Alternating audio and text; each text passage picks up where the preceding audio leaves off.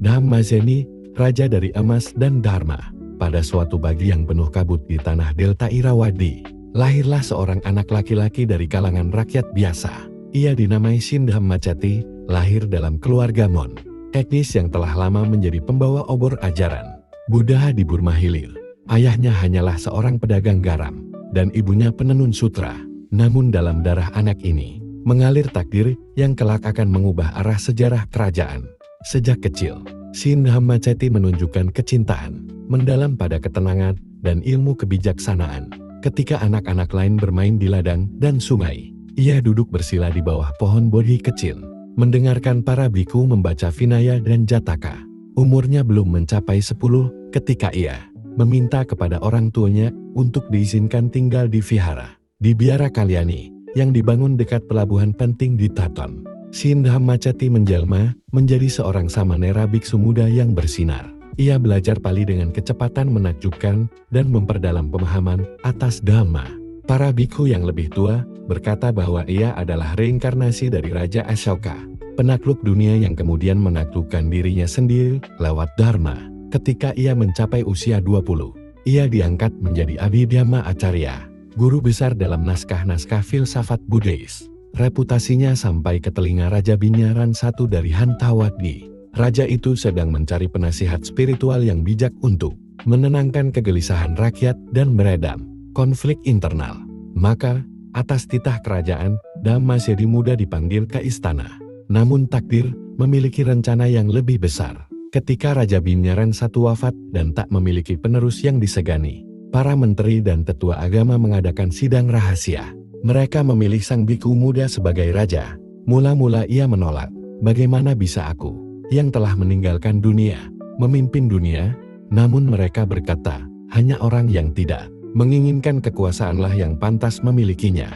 Akhirnya, tahun 1471, ia dimahkotai sebagai Raja Dhammaseni, nama yang berarti Raja Kebajikan dan Dharma. Ia adalah Raja Biksu pertama yang memerintah kerajaan Hantawadi, pusat kekuatan Mon di Burma Hilir. Masa pemerintahannya adalah masa keemasan. Ia mendirikan kembali aturan Vinaya yang murni di antara Sangha. Ia mengundang para biku dari Sri Lanka dan memperbarui hubungan spiritual dengan Pulau Dhamma itu. Ia mendanai pembangunan dan restorasi ratusan pagoda, termasuk memperindah Swadagon Pagoda, yang ia lapisi dengan emas dan menara yang menjulang tinggi.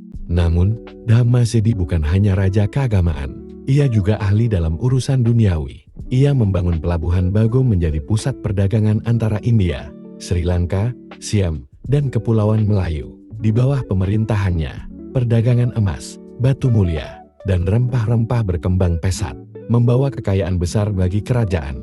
Ia membentuk sistem hukum berdasarkan prinsip Buddhis, menolak hukuman mati dan menggantinya dengan pengasingan atau kerja sosial. Di pasar-pasar, rakyat menyebut namanya dengan kagum dan hormat. Ia juga mendokumentasikan semua sumbangannya kepada Sangha dalam prasasti Dhammaseni yang ditulis dalam bahasa Mon dan Pali, sebagai bukti komitmennya terhadap agama dan keteladanan bagi generasi mendatang.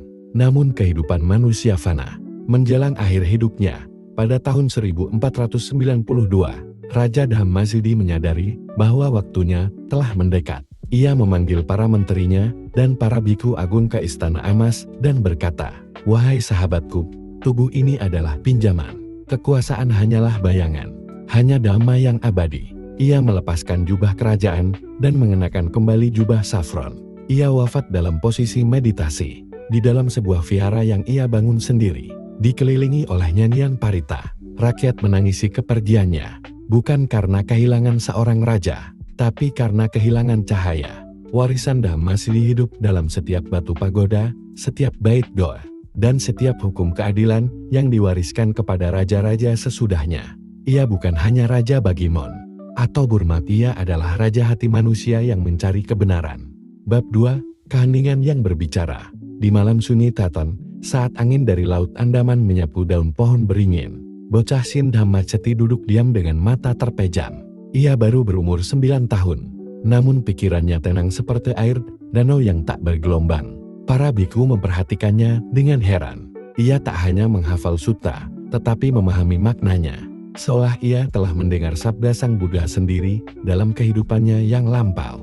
Suatu hari, seorang biku tua dari Sri Lanka datang berkunjung dan melihat bocah itu.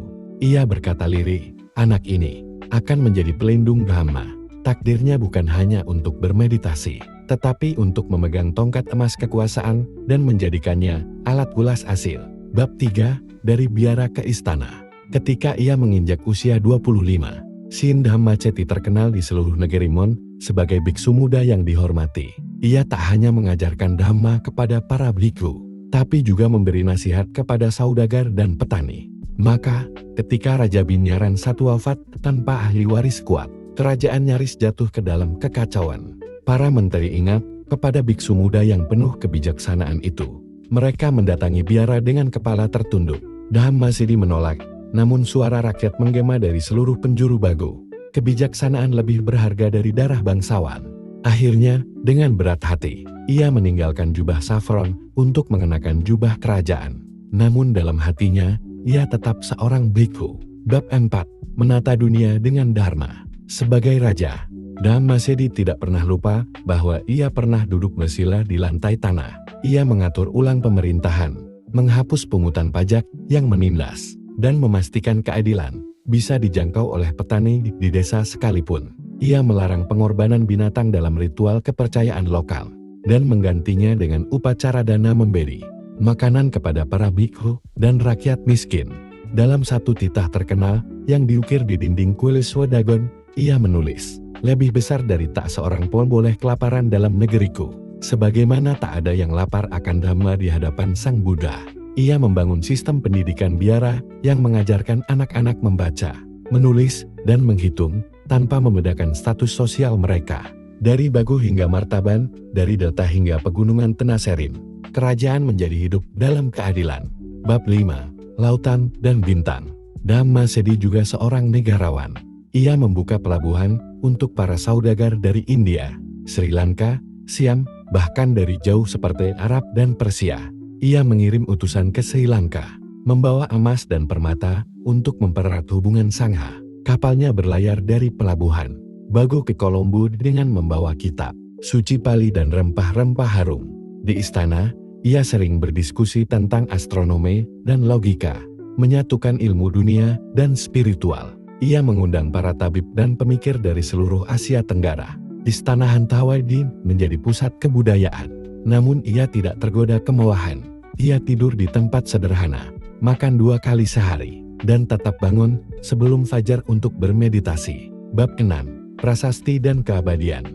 Pada tahun-tahun terakhir hidupnya, Raja Dhammasedi memerintahkan penyusunan Prasasti Dhammasedi, sebuah dokumen monumental yang ditulis dalam bahasa Mon dan Pali, menjelaskan sumbangan, hukum, dan prinsip moral yang ia terapkan.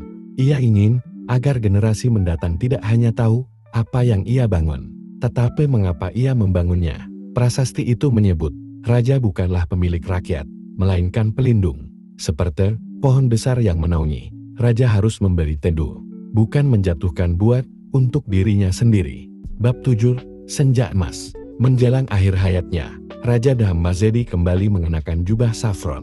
Ia menyerahkan tahta kepada seorang putra bangsawan yang ia didik sendiri dalam nilai-nilai Buddhisme. Ia tinggal di sebuah vihara yang ia bangun di puncak bukit dekat Sungai Bago. Dalam malam terakhirnya, ia memanggil murid-murid dan para bhikkhu. Ia berkata, "Selama hidup, aku telah mencoba menjadi cermin bagi Dhamma. Jangan pandang cerminnya, lihatlah pantulan kebenaran di dalamnya."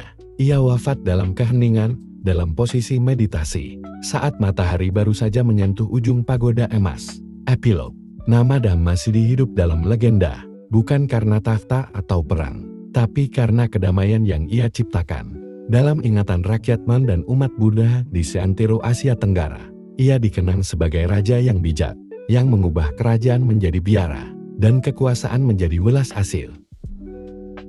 Aku bisa memerintah tanah, tapi hanya Dhamma yang bisa memerintah batin. Lebih baik kehilangan emas dari istana, daripada kehilangan welas asih dari hati. Tahta bukanlah tempat duduk untuk keangkuhan, melainkan pijakan untuk merendahkan diri di hadapan kebenaran. Siapa yang menjaga Damen, maka Dhamma, akan menjaga kerajaannya. Raja sejati bukan yang ditakuti oleh rakyatnya, tetapi yang dicintai karena ia memahami penderitaan mereka. Hidup ini singkat, seperti nyala lampu di angin malam, maka biarlah setiap tindakanku meninggalkan cahaya, bukan bayang-bayang. Bila seorang penguasa tidak bisa duduk diam selama 1 jam dalam keheningan, dia belum layak berbicara seharian kepada rakyatnya. Pagoda yang tinggi tidak berarti jika dibangun dari ketidakadilan dan darah rakyat. Keadilan bukan milik raja, melainkan hak setiap manusia yang lahir di bawah langit yang sama. Jangan tanyakan apa yang kau warisi dari leluhurmu, tanyakan apa yang kau wariskan kepada generasi berikutnya.